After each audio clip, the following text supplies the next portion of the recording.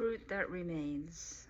Here I am again doing another video for the Visionary Leadership Program, and I've been doing it for almost 2 years now, and I'm still feel anxious getting in front of the camera. You know, we have to get out of our heads and drop into our hearts, and I'm like, oh my gosh, once I drop in my heart, what am I gonna say?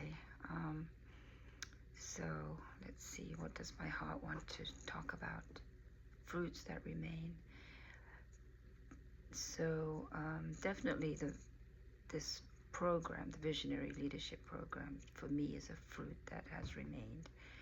So one of the things that it teaches us is that our difference makes a difference.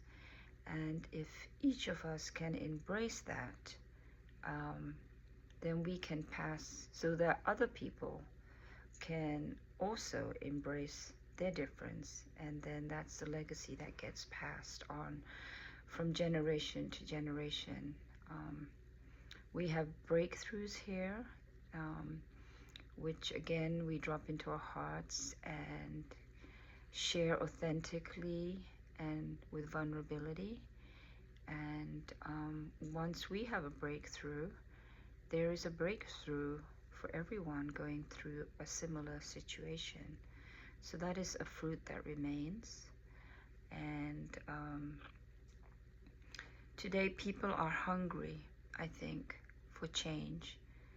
And I feel very, I don't know if privileged is the right word, privileged to living a life that feels safe. I have a roof over my head, I have food, I have family, I have support, and there is so much upheaval going on in the world.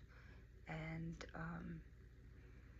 I feel it's a responsibility for me to share this message of love and uplift myself and my other fellow beings, so we can live a life that God had designed for us, like in the Garden of Eden, not the life that we are existing, but not a life that, well, not the way the world is right now.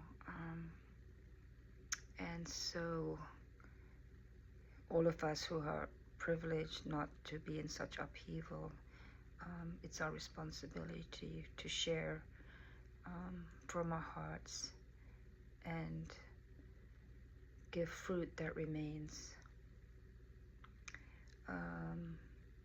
One way to share fruit that remains is to surrender to God and have Him guide us in our purpose and mission, and pass that on to future generations. And just like we've learned from people and generations before us, there are some stories that have stayed for a very, very long time. The Bible has a lot of stories that are still very relevant to our lives today. And that's a good reference point, a good starting point, if one is lost as to where to begin.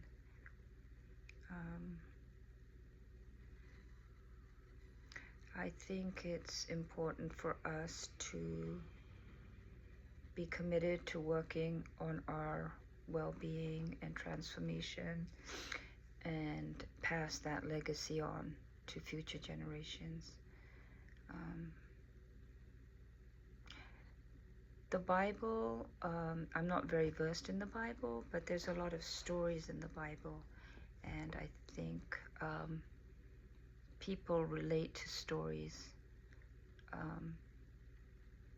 get information from a story rather than something that's very factual and informational, but the stories touch us, and we all have the opportunity to create a story that can be left as a legacy and as a fruit that remains.